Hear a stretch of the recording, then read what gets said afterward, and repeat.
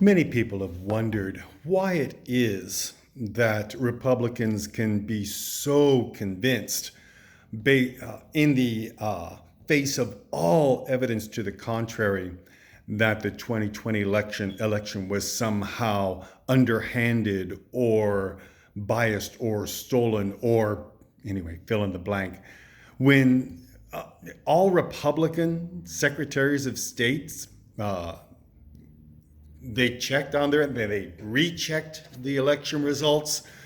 People who had absolutely no motive to lie about it, but instead were doing their best to do the best job they knew how, and were faced with horrible persecutions by the loud, mean, and irrational Trump radical right. How in the world can they continue to believe such obvious foolishness and lies? Well, a lot has been made of the division of where individuals get their information and how you can have a bubble of information and misinformation coming in, and you get to choose what you're going to listen to. But there's something else as well, because these things are these rivers of information coming in, both good and bad, are actual evidence. But I'd like to point out something else, and that is that only when a proposition is inconsequential to that person does a person actually believe what they believe based on evidence. You would think that a person would believe all that they believe based on evidence that they see. But that is not true at all. However, say a person shows you an index card and the index card is green, okay? And you say, is this card white or green?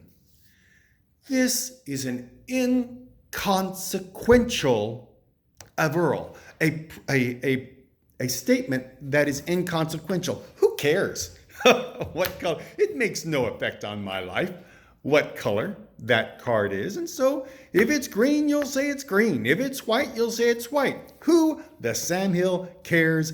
Doesn't cost me a penny. But on the other hand, just for example, say I'm very committed to a candidate, okay? And my candidate loses, okay? And then someone says, you know what? I think that the vote tallies were tampered with, and the only reason we lost is because the election was stolen. This is attractive in the extreme, okay? This has consequences for what I believe. We don't, for a lot of different reasons. This has consequences. It's not the first time a candidate has lost. And in the newspaper the next day, you'll see the newspaper that supported him saying, wonder if there was underhandedness in this election. Of course, this is on a whole new and wide and Russian bought amplified scale. But my point is, this is true all across the spectrum of belief. For consequential beliefs, consequential principles, for a consequential statement, something that I'm going to have to change some deeply held belief based on it, I'm going to be far less likely to believe what I believe based on evidence, and far more likely to believe something because that's what I want to believe. It goes down smooth. It's sweet. It tastes good. It has the crunch I want. Okay? And people do this all the time. A woman may have a relationship with a man, and it is toxic in the extreme. How many times have we seen it? The man will be horrible to the woman. Physical violence and just insulting and just terrible. Okay? Yes, of course. We've all heard of that and seen that. We've also heard and seen that woman decide not to prefer charges, decide to pay the person's bail, decide once the man has come back and said, I'm so sorry. And the woman still has the bruises. And people are standing around going, why don't you leave? There's a lot of reasons for that.